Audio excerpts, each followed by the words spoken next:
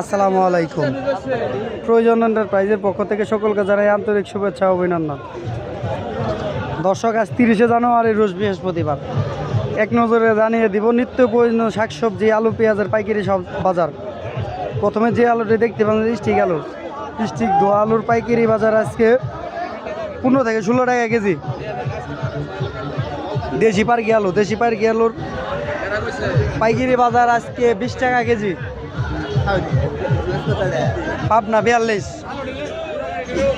পাবনা দেশি অরিজিনাল দেশি পেঁয়াজ, যার পাইকারি বাজার আজকে 42 টাকা কেজি। এরপর দেশি একটু বড় সাইজের পেঁয়াজ, যার পাইকারি বাজার হলো 39 থেকে 40 টাকা কেজি।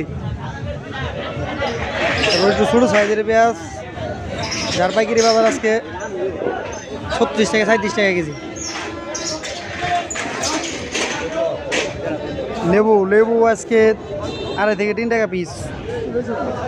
সিম থেকে 4 থেকে 6 টাকা কেজি।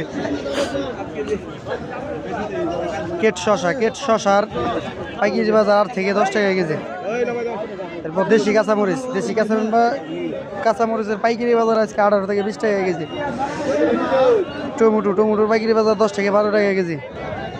প্রতিদিন নিত্য প্রয়োজনীয় সকল শাকসবজির পাইকারি বাজার সম্পর্কে জানতে পেজটি ফলো দিয়ে রাখুন। ধন্যবাদ সকলকে।